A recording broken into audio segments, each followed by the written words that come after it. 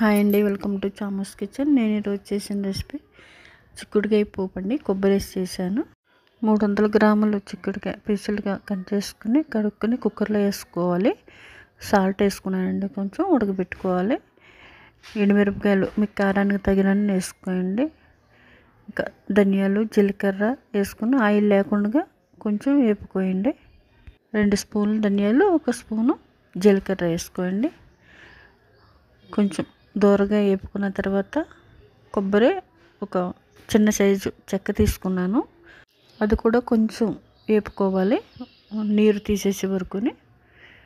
ఇప్పుడు కుక్కర్ మూత తీసుకుందాము.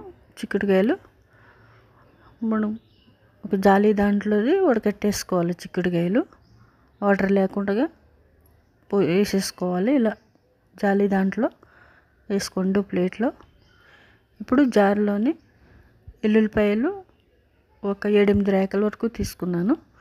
ఇప్పుడు ఈ వేపుకుని పెట్టుకున్నాం కదా, ఎండుమిరపకాయలు, జీలకర్ర, ధనియాలు, కొబ్బరి కూడా మిక్సీ పెట్టుకోవాలి.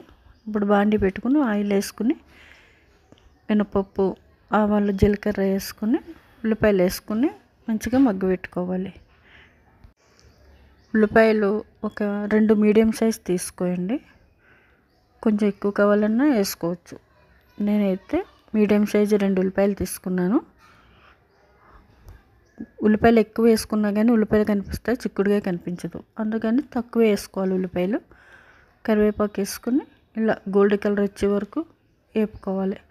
ఉల్లిపాయతో కనిపించొద్దు అన్నట్టు ఉండాలి. ఇప్పుడు చిక్కుడుకాయ ముక్కలు వేసేసుకొని మంచిగా కలుపుకోవాలి. చిక్కుడుకాయ ఉడకబెట్టుకోండి. డైరెక్ట్ వేసుకుంటే ఉడకదు, పచ్చివాసన వస్తుంది. బాగానే ఉడకబెట్టుకోవాలి. కుక్కర్లో వేసుకుని 2 విజిల్స్ వస్తే సరిపోతుంది.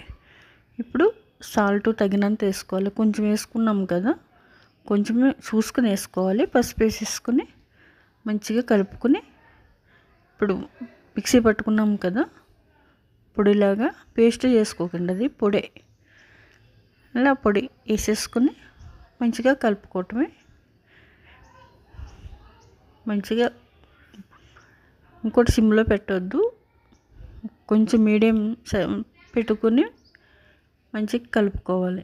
మూత పెట్టొద్దండి. మూత పెడితే అది వాటర్ అనేది కిందకు వచ్చి మెత్తగా అయిపోద్ది. మూత పెట్టొద్దు. రెడీ అయిపోయిందండి చిక్కుడుకాయ పోపు కొబ్బరి వేసి. మీకు నచ్చుతుంది అనుకుంటున్నాను. లైక్ చేయండి, షేర్ చేయండి, సబ్స్క్రైబ్ చేయండి. ఇంకో వీడియోలో కలుద్దాం. చాలా థ్యాంక్స్ అండి.